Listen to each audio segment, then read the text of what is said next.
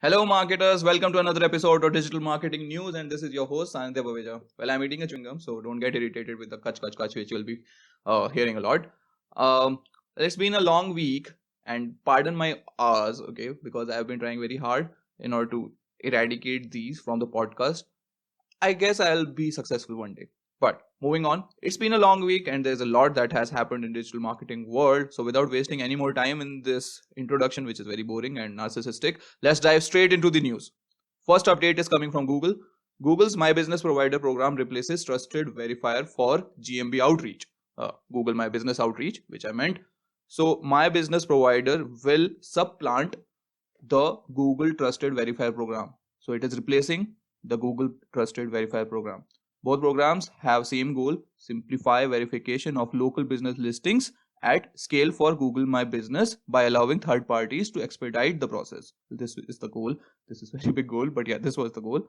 According to the several studies over the past few years, a substantial number of Google My Business profiles remain unclaimed. The program, like its predecessor, enlists groups or organizations handling large amount of business data. So it enlists these kind of profiles to help local business claim their Google My Business profiles.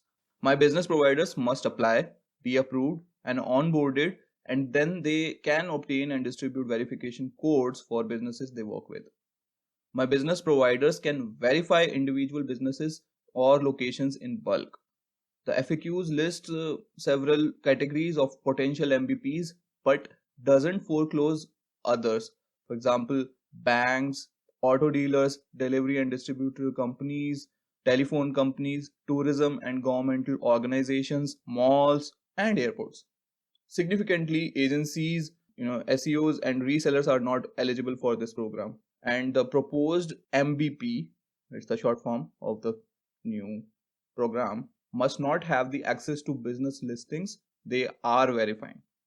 Google says MVPs cannot charge for the services or display any kind of partner badge, but sees the program as a competitive advantage for those involved. If you are helping local merchants succeed through a strong online presence, this partnership with Google can help you distinguish yourself from other competitors.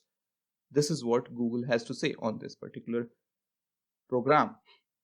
Google also offers a range of talking points for MVPs. These include one-liner introductions such as, we partner with Google to help small businesses build a successful online campaign on Google search and maps that attract customers' attention, as well as more detailed pitches. This is what they have to say in a nutshell. So Mike Blumenthal notes in his post that it was long thought that the Trusted Verifier program was an ongoing source of local listing spam. It is not clear what, if any, additional protections Google put in to place or to prevent this program from becoming the same. Third-party aggregators are often motivated by profit in approaching local businesses owners, and this has created numerous problems over the years. So Google is trying to leverage third parties with lots of relationships to improve the data in search and maps, but without creating incentives to spam or exploit the SMBs. So this was all from the Google My Business page listing. Moving on to another update, which is again from Google. Congratulations SEO guys, you have one more core update. So Google announced that January 2020 core update is rolling out. So Google has confirmed that its January 2020 core update, which began this Monday at noon, sorry for but is now mostly done rolling out. This update has been rolled out by Thursday morning. So Google said on the search liaison account, the update is mostly done, though as with any core update, it may take up to 2 weeks to fully complete. Currently, everyone is seeing the impact, but they are not sure of what exactly is there in the update. Stay tuned and let me know what you guys saw, because of the update. I have linked the article in the show notes in the description below, where you can go and check out what the community is chattering about. Moving on to another update from Google. This is from Google Ads. So Google is rolling out desktop search redesign with black ad label. So back in May, Google released a redesign for mobile search results with a new black ad label and favicons by URLs in the organic search result snippets. I hope you remember that. So several months after that launch, Google is now rolling out this redesign to desktop search results. The label now appears at the top of the ad along with the display URL also in black text above the headline for the first time. So when you search for a product or service and we have a useful ad to show, you will see a bolded ad label at the top of the card alongside the web address, so you can quickly identify where the information is coming from. And this is what Google announced in May 2019. And same is on the line, when you place this particular update, you will find that this is the particular messaging which they want to deliver right now as well. So it's not harmful to say that Google is trying to put the ad as diminished as it can, so that the person is not even able to find out whether this is an ad or this is from a website and just click on it. Moving on. So organic listings are also getting a new favicon treatment. So in May 2019, as soon as these ad labels were announced, we noticed that the site name and the breadcrumbs appear in the black text next to the favicon and would display above the title link in a similar structure to the new text ad treatment, right? I hope everyone is following through. Prior to this update, the site name and breadcrumbs appeared in the green text below the title. Google has also removed the gray line below the organic titles and headline, so each card looks more like a single unit. Searchers will hopefully be able to use this design after seeing it on the mobile for several months. They would get acquainted to it, but with any user interface change in Google search, many are likely to complain about it as usual, and many are likely to be happy about it as usual. In addition, you may see changes in the traffic because of the favicons at the top and new interface overall. So you should track these click-through rate changes, but do not make any rash decision on these changes too quickly. Give it some time for searchers to adapt to it and see what changes you need to make to your organic or paid listings in Google. I hope everyone is clear about it, and I think if your site doesn't have a favicon, I think you should first of all get it there, because otherwise it would come off as a very bad thing for the brand itself. Moving on to Google Ads update, where Google Ads enables bid simulator for Target ROAS, budget simulator for maximize clicks and conversions. So Google is extending the availability of bid and budget simulators to more smart bidding strategies. So bid simulator bid simulator for Target ROAS, how that helps is, so bid simulator has been available for only manual and target CPA bidding, as we all know, but it is now available for Target ROAS campaigns as well. The simulator works the same way it does in manual and target CPA bidding campaigns. The projected impact of a change is based on your auction data from the past 7 days and assumes all other influencers such as your ads, landing pages, your competitors ads and all, and they all stayed in the same manner, and then it is calculated. So budget simulator for maximize click and maximize conversion, how that works. So both of these bid strategies aim to spend your entire budget in the pursuit of maximizing the number of clicks or conversions respectively. And then if you are using these strategies and routinely running out of the budget before the end of the day, you may see the budget simulator icon appear in the status column as it appears when you have been using target CPA strategy. So it shows the projected impact of changing your daily budget, just like it shows in the target CPA bidding strategy as well as of now. So these simulations are also based on your past 7 days auction data. I think all the PPC managers should go back to their AdWords account and see how this is working for them, and then come back and let me know in the comments below if it helps you guys. Moving on, Google rolls out organic popular products listing in mobile search results. So Google has a lot of update this week.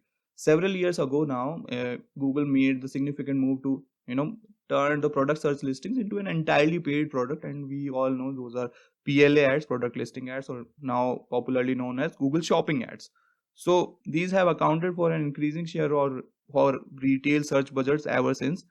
More recently, however, Google has been augmenting organic search results with product listings, and it's in a product search battle with Amazon, as we all know. Maybe that's why they are trying to do it, but this is how it looks like. So on Thursday, the company announced the official rollout of popular products for apparel, shoe, and similar searches in mobile results. I think this is also gonna give Pinterest a nice competition. Google has been experimenting with ways to surface product listings in organic search results, including popular products, which has been spotted for several months now. The section is powered by those organic feeds. Google says it identifies popular products from merchants to show them in a single spot, allowing users to filter by style, department, and size type. The listings link to the retailer's website. This is a part of a broader effort by Google to enhance product search experiences as it faces increasing competition from Amazon and other marketplaces. So earlier this week, Google announced that it has acquired Pointy as well. So yeah, I haven't covered Pointy as of now in this particular news, but do let me know what do you think about Google's acquisition of Pointy, because that's a particular company which is situated in one region, and acquiring that, how would it help Google in the long run? So in the past few years, Google has also promoted retailers to adopt product schema markup on their sites by adding support for it in search and image search results. So the last spring, if you remember, Google opened up merchant center to all retailers regardless of if they are running shopping campaigns or if they are not. Any retailer can submit their feed in real time to make to for Google to make the products eligible in the search results. So I think officially rolling it now makes sense, and directly competing with Amazon, this particular thing will help them, or it may not. But ad revenue was certainly at the heart of the shift of the paid product listings. But prior to the move, product search on Google was often a terrible user experience, as we all know, with search listings often not matching what was on the landing page, from the availability to pricing to even the very product itself. The move to a paid solution imposed quality standards that forced merchants to clean up their product data and provide it to Google in a structured manner in the form of product feeds through Google Merchant Center. Moving on to Microsoft advertising now. You remember responsive search ads which were available in Microsoft? They weren't. Now they are. So responsive search ads are now available globally in Microsoft advertising interfaces. After running responsive search ads in open beta for several months, advertisers in all the available markets can now set up responsive search ads. So if you didn't have that in your Microsoft account, if you'll go and see, you will have it as a thing now. Responsive search ads are available via Web UI editor and Microsoft Advertising API. The company announced Monday you can also import RSAs you have set up in Google Ads, so directly you can import it. Sorry for again doing The system then automatically serves headline, description, combinations predicted to improve click-through rate. So everything is copied from Google or whatever you can say, and this is how it is going. Moving on to another update of Microsoft Advertising. So Microsoft Advertising to deprecate average position. It was in the community, everyone thought that they would be deprecating it because it doesn't make sense. No one is going to use average position. What does it give me? It doesn't give me anything. Why would I use average position? So after Google Ads announced it would be sunsetting average position, Microsoft introduced impression share reporting metrics but said it would continue showing average position as well. It didn't make sense. It just didn't. But Microsoft Advertising announced Wednesday that it will deprecate average position beginning in April. So it introduced the slate of position matrices which are top impression share loss to rank, top impression share loss to budget, absolute top impression share loss to rank, and absolute top impression share loss to budget. It makes sense to let go of average position, and after the removal of right rail ads, the metric indicated very little about where on the page your ads actually appeared. Now, in both Microsoft Advertising and Google Ads, advertisers can shift their focus to newer position metrics that focus on impression share of positions above the organic results. Moving on to social media. And first update is coming from Instagram. So Instagram is working on new maps streaker for Instagram stories. Reverse engineer expert Jane Manchun Wong has discovered that Instagram is working on a new map sticker for stories which would display your location on a world map. The map sticker would show a section of a world map image, including a marker for your location. You would imagine, due to privacy concerns, that you wouldn't be able to zoom in too far on that map, giving viewers a precise location, but it could be another way to easily share where you are and what you are up to at any given point of time. A map sticker in stories could align with that, giving users yet another way to quickly visually add context to their stories frames. This is something which is coming after Instagram is under a scrutiny of whether the privacy concerns are taken the priority or not. And this was already done in Facebook group stories, I guess, earlier, and this thing is again being done. Let's see how much they are able to, or whether this is just an experiment. They would not be rolling this out. Let's see in future. Let me know in the comments below if you think you are optimistic about this particular feature as well or not. Moving on to ninth update of this week, where Instagram officially begins testing of DMs in desktop version. The functionality was first spotted in testing in February last year. Instagram has now confirmed that it will begin a small rollout of direct message access through the web-based version of its app. So Instagram says that a small percentage of users will initially be given the access to the option, with the process still very much in the test phase. The addition will make Instagram's messaging tools more widely accessible, as not all users are able to access the platform via the app. People in regions where network access is limited or where the data plans are restrictive could benefit from being able to connect to their DMs on an alternate platform.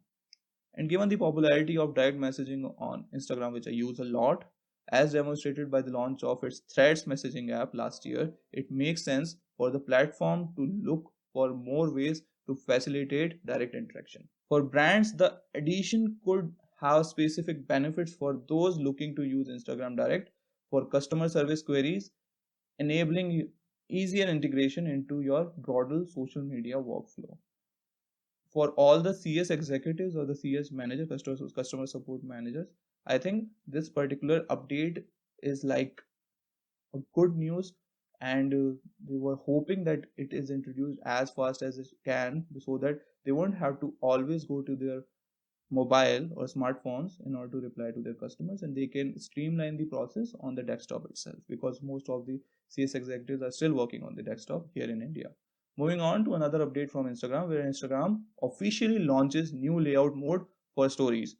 Instagram has this week officially launched its new layout mode for the stories, which provides a range of grid display styles for still images within a single frame. The layout option, which will be among your stories camera modes, provides a range of presentation styles to choose from, which you can scroll through, then take shots accordingly. It's another option to consider for your Instagram stories, definitely. This was the last update from Instagram. Moving on to the company that owns Instagram, Facebook. Facebook is adding more detail to its user controls over advertisers' custom audience list targeting. So last February, Facebook added some new info elements in its "Why am I seeing this ad?" and it has increased the transparency, further this particular year. And you can, whenever you are seeing any ad, and if you click on "Why am I seeing this ad?", it will completely tell you which that particular company has added you in a particular remarketing list, or let's say they have done something, because of which you are seeing the ad, and you will be able to completely see it. I have linked the whole article in the description below. If you are interested to know about it, then go ahead and check it out. So the new option is rolling out later this month and will be available in your advertisers and businesses listing in ads preferences. And it will give user a more control over their data and help them understand as to why they might be seeing certain kinds of ad. Moving on to Twitter, where Twitter confirms that it won't be adding an edit option anytime soon. So this week in an interview with Wired, Twitter CEO Jack Dorsey said that edit button is not on the cards for the platform and likely never will be. This is what he exactly said. So people who are thinking, it's kind of a blow for them. So just listen to me what he exactly said.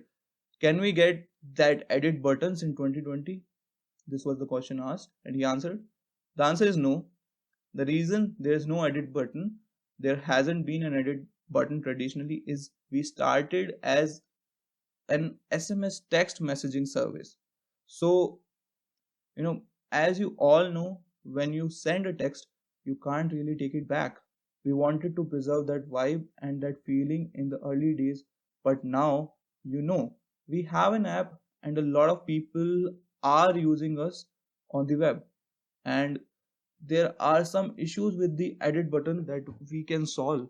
One is you might send a tweet and then someone might retweet that, and then after half an hour or half an hour later, you completely change the contents of that tweet, and that person that retweeted the original tweet is now retweeting and rebroadcasting something completely different. So that's something to watch out for. A lot of people want it because they want to fix a quick spelling error or a broken link or whatnot, and that's great. We have considered 1 minute window and 30-second window to correct something, but that also means that we have to delay sending the tweet out, because once it's out, people see it. So these are all the considerations, and it just works, but we'll probably never do it. If you want to still stick to the edit option and want a hope, you can see that in the last sentence he said we'll probably never do it. So there's a probably and you can stick to it, and there's a hope. Moving on to TikTok. So TikTok is developing a feed of curated content similar to Snapchat's discovery stream. So as it works to address advertiser concerns around ad placement alongside controversial content, rising video app TikTok is investigating the possibility of a curated content stream similar to Snapchat's discovery surface. So the Financial Times reports that the TikTok is looking at adding in a new highlight stream which would display selected original videos from popular TikTok creators alongside the content from professional publishers.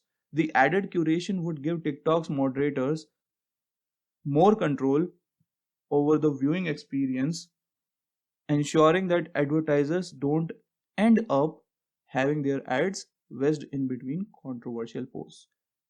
Well, this was all for the week, guys. If you want to read more about the particular topic which I have covered, you can go in the show notes in the description below and check out. Well, this was all for the week. I hope this gives you a kickstart for this week. So do follow the hashtag digital marketing news for the latest news on Twitter.